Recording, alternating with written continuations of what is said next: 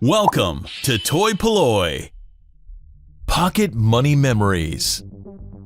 Hello and welcome to toy-polloi and the second episode of Pocket Money Memories. Now everyone has memories of being a child and saving up their pocket money for buying toys, so I've asked some friends and followers of toy-polloi to send in a few of their childhood stories. So let's take a look at the second round of Pocket Money Memories. In the 1980s, my mum and dad used to give me 50p a week, so every couple of weeks I'd go to the local corner shop and pick up one of these, Kinder Surprise Egg. Many of you know what these are and what they contain, a little yellow container with a little plastic toy. In this instance it's a Teenage Mutant Ninja Turtle toy, so these are still going around today and very, very popular still. I used to have a lot of these, so you know, they were not very well made, but they used to entertain me as a kid, just building them and everything. So yeah, they were good for their time, and I thoroughly enjoyed them. So yeah, that's my pocket money memory. One of my earliest memories of getting a pocket money toy was Action Jack, which I know Dave has featured on the channel before. Used to love them. They came in like a playing card size box. Lots of different accessories, like you say, they were quite cheaply made, but they were kind of a precursor to the Star Wars figures that we went to get on in later years. Really loved those. Didn't have pocket money really back in the 70s. I think everybody was very poor back then, to be fair. But we had, you know, a treat if we went to the shop to get something from mum and dad. So it was like usually the paper shop. And later on, we used to get about £1.50 between me and my brother, so the £1.50 would pay for a Star Wars figure.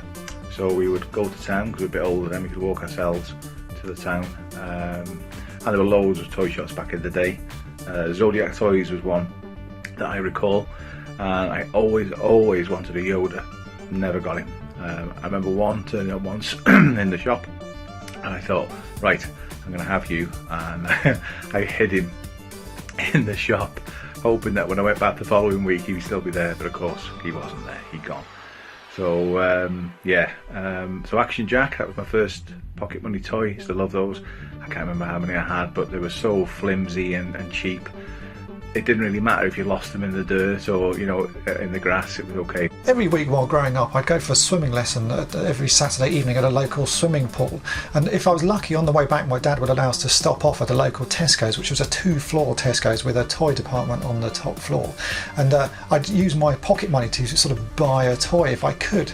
Now, I only got 50p a week, so it would take me a little while to sort of save up the money to buy a figure, and if I wanted more money I could save up the bus money that I was given to get to school, because although it was 15p in the morning and 20p on the way home bus fare, if I walked to school or walked home I could keep that money. So some weeks I would walk every day just to save up that 35p and be able to spend a little bit more on an action figure. So after swimming one weekend, my dad kindly stopped off at the Tesco's and I went to the second floor and I bought myself a ree-yees. Now I don't really know why I picked this figure, because I don't actually remember him from the movies, but it's something about the look of this character and the fact he had 3 eyes sort of grabbed me that day.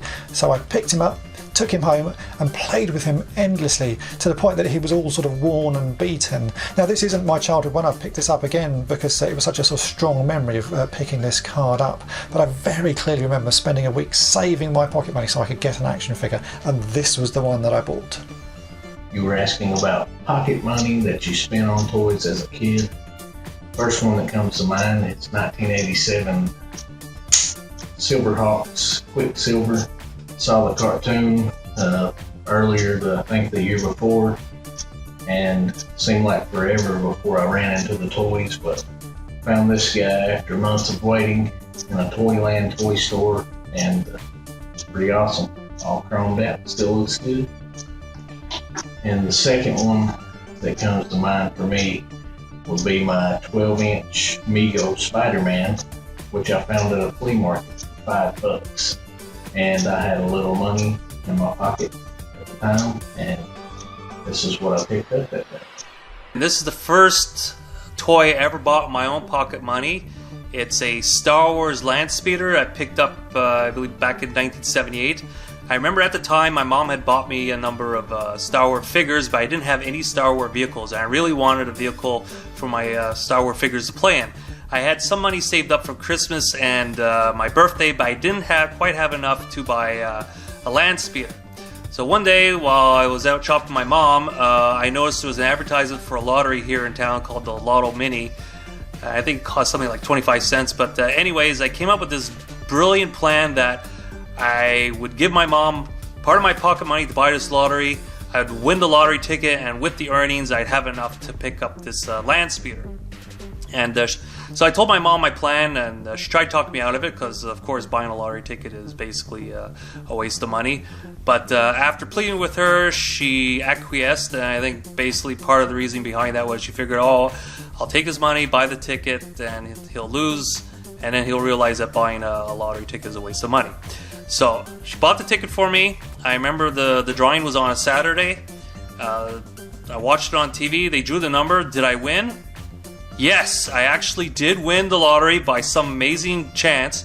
I got the last 2 digits of the lottery. That meant I actually won $5. So with that $5 in my pocket money, I had enough to buy this land speeder. So a few days afterwards, I remember going downtown with my mom, going to a store called The Bay.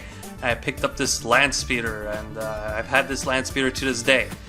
And it should be noted that I did try the same trick again, buying the lottery tickets to try and buy some other Star Wars toys and vehicles and what have you, but unfortunately I never did win the lottery afterwards. So eventually I did learn my lesson that buying lottery tickets is not the way to earn money to buy your toys. But yeah, that's the story behind the first toy I ever bought with my own pocket money, and I hope you enjoyed it. I was living in Dagenham at the time, and I wanted to buy this toy glass. I thought it was cool, like a nice big guy. So I had to drive all the way from, well, on my push bike, all the way from Dagenham, where I used to live, all the way to a town called Ilford to go to the nearest Woolies. Anyway, I drove my bike all the way there, got the toy, and on the way back, I sort of like wasn't really paying attention to the road. I sort of like, you know, driving my bike and looking at this toy, you know, so, you know, just getting, you know, excited to get home and play with it. And the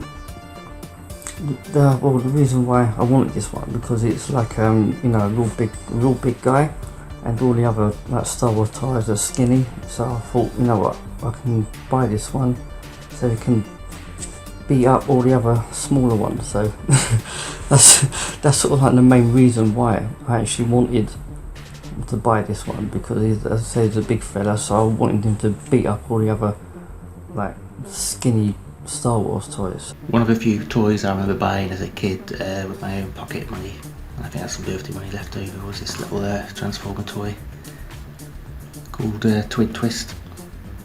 It was one of a pair. I think the other was called Top Spin, and they were called Jump Starters. They just had this little gimmick. Very simple transformation. You could pull them back, they would automatically transform back into robot mode. Very simple. But no, there was something about where I think he was Troxed in his driller mode. There was something about the vehicle mode reminded me of something Jerry Anderson would have made for one of his series. It was a fun little toy. Me and a friend who had the other one used to have competitions to see who would go the furthest and who could actually make their stand up right, because the idea was they rolled forward, legs would flick out and they'd flick up, but half the time they'd either end up like that or stay on the back. It was a fun toy, nice and simple and easy to get hold of. So that's it for this episode. I want to say thanks to everyone who sent in their memories, because they've been really interesting to listen to, and I hope you enjoy listening to them as well. And if you'd like to appear in the next episode of Pocket Money Memories, then drop me a line. I'll put all the details of how to submit videos in the description for this video. And thanks for watching. Thanks for watching toy-polloi. Subscribe for more great videos. You can also follow toy-polloi on Twitter, Facebook, and Instagram. Hello and welcome to toy-polloi and the second episode of Pocket Money Memories. Now, we all have little childhood to toy-polloi in the second episode of Pocket Money Memories. Now, we all have memories of things that we saved up for as a child, toys that we saved up our hard-earned pocket money for. And I've asked some friends and followers of toy-polloi. So let's take a look at those stories in part 2 of Pocket Money Memories. So let's take a look at the second load of Pocket Money Memories. That'll do.